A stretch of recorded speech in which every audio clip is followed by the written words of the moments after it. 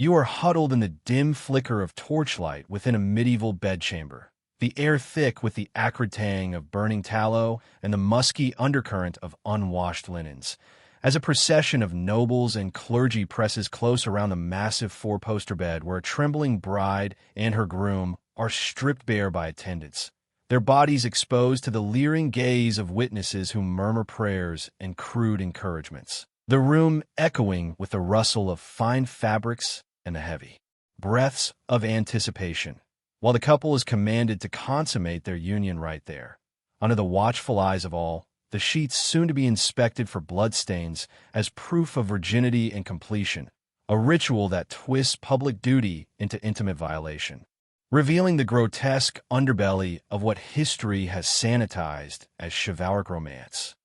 This scene, drawn from the heart of medieval Europe's aristocratic weddings, unveils a world where sexuality was not a private whisper, but a public spectacle, laden with bizarre customs that entangled power, religion, and the body's most primal urges in ways that shock our modern sensibilities. In the Middle Ages, spanning roughly from the 5th to the 15th century, sexual practices were governed by a labyrinth of ecclesiastical decrees, folk beliefs, and medical theories that blurred the lines between the sacred and the profane, turning acts of intimacy into rituals fraught with peril and absurdity. The Church, that towering arbiter of morality, preached chastity and procreation as the only sanctioned paths for carnal desires. Its own involvement in regulating and even profiting from prostitution exposed a hypocrisy as deep as the era's cathedrals were tall. Historical figures, from kings to commoners, navigated this terrain of taboo, their private dysfunctions and eccentric remedies hidden behind facades of piety and prowess, only to be revealed through surviving court records, medical treatises, and salacious fabliaux that chronicled the era's most outlandish behaviors with a mix of scholarly gravity and gossipy relish. Before diving into these forgotten stories of survival and suffering, if you enjoy learning about the hidden truths of history, consider hitting that like button and subscribing for more content like this. And please comment below to let me know where you're listening from. I find it incredible that we're exploring these ancient stories together from different parts of the world, connected across time and space by our shared curiosity about the past. The Middle Ages brimmed with sexual practices that, to contemporary eyes, appear not merely peculiar, but grotesquely invasive, blending anatomical ignorance with superstitious fervor in pursuits that often courted disaster. One of the most startling customs was the bedding ceremony, a ritual reserved for aristocratic unions where the consummation of marriage unfolded before an audience of family, nobles, and church officials, their presence ensuring the legal validity of the alliance through witness penetration and the subsequent examination of bloodied sheets to confirm the bride's virginity and the act's completion. This was no mere formality. Court records from the era detail cases where marriages were annulled for insufficient witnessing, compelling couples to reenact the deed under stricter supervision, the chamber thick with the sense of sweat and incense, the participants' humiliation amplified by the onlookers' unsolicited advice and jeers, turning what should have been a tender union into a performative ordeal that prioritized property transfers over personal dignity.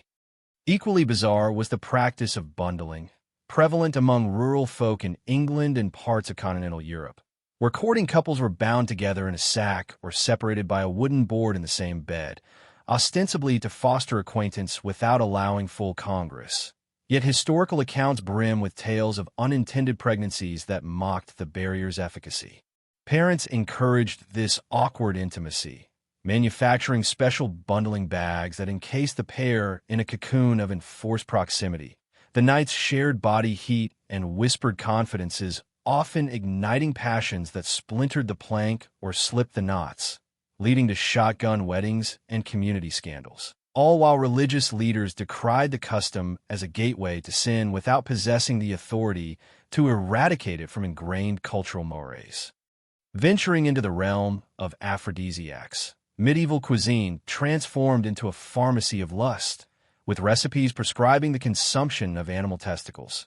euphemistically termed stones, roasted, boiled, or pulverized into wines, believed to infuse the eater with virile essence drawn from bulls, rams, and boars. Sparrow brains, deemed potent enhancers of performance, featured in elaborate feasts alongside reproductive organs from various beasts, the doctrine of sympathetic magic dictating that ingesting fertility would beget fertility, while spices like pepper and ginger, traded at exorbitant prices, were prized not for flavor, but for their supposed ability to kindle sexual fires, turning wedding banquets into orgiastic preludes where every dish conspired to stoke desires that blurred the line between nourishment and erotic alchemy.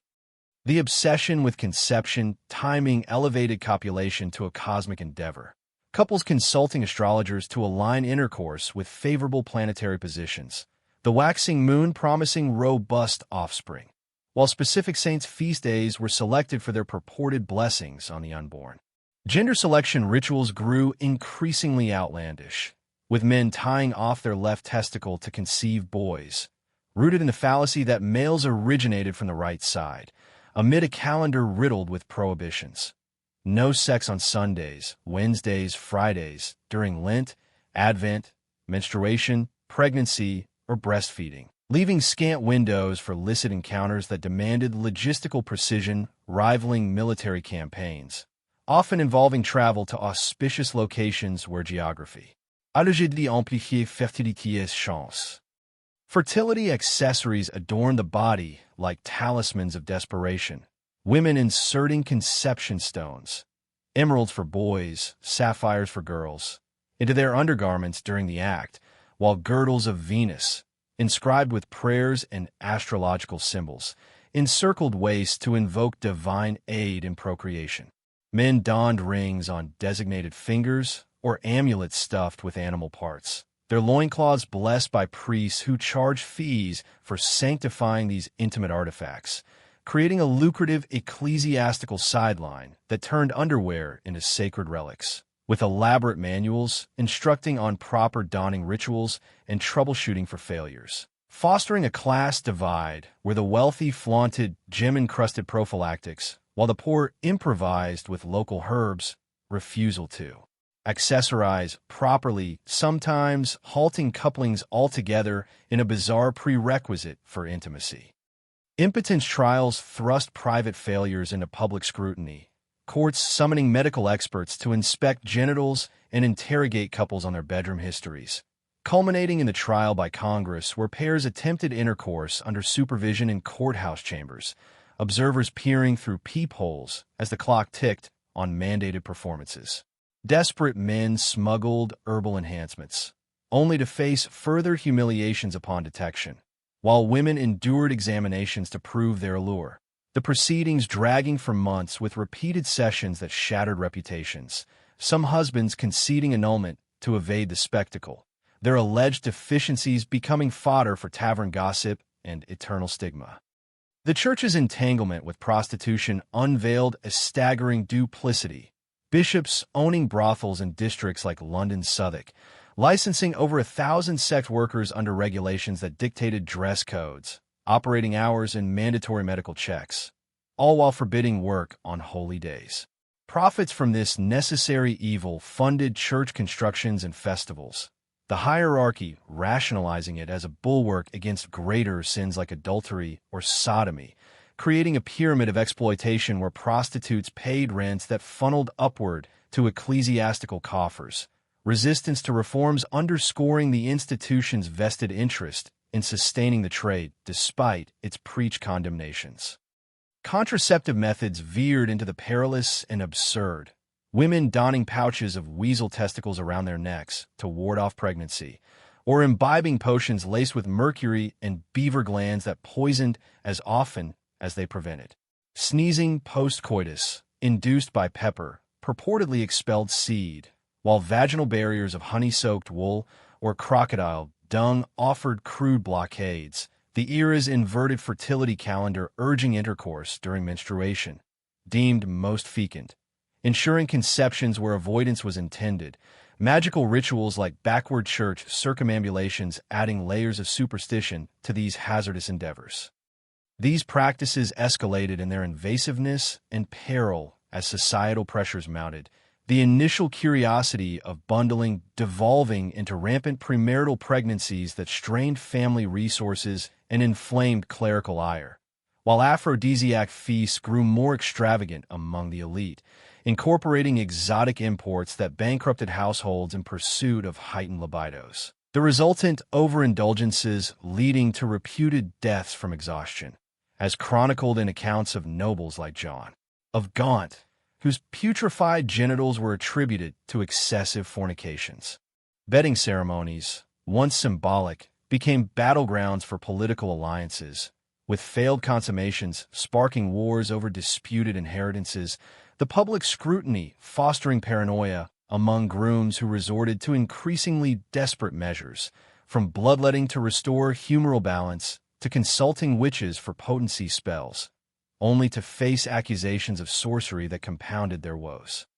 Timing rituals intensified with the integration of alchemical elements, couples ingesting mercury-laced elixirs to synchronize with celestial events, the side effects ravaging bodies and minds, birthing deformed offspring attributed to divine displeasure rather than chemical toxicity, while fertility accessories evolved into cumbersome apparatuses, women burdened with heavy amulets that chafed and infected, men encumbered by constrictive rings that impeded circulation, the church's blessing. Services ballooning into obligatory tithes that drained peasant savings, refusals branding couples as heretics and isolating them from communal support.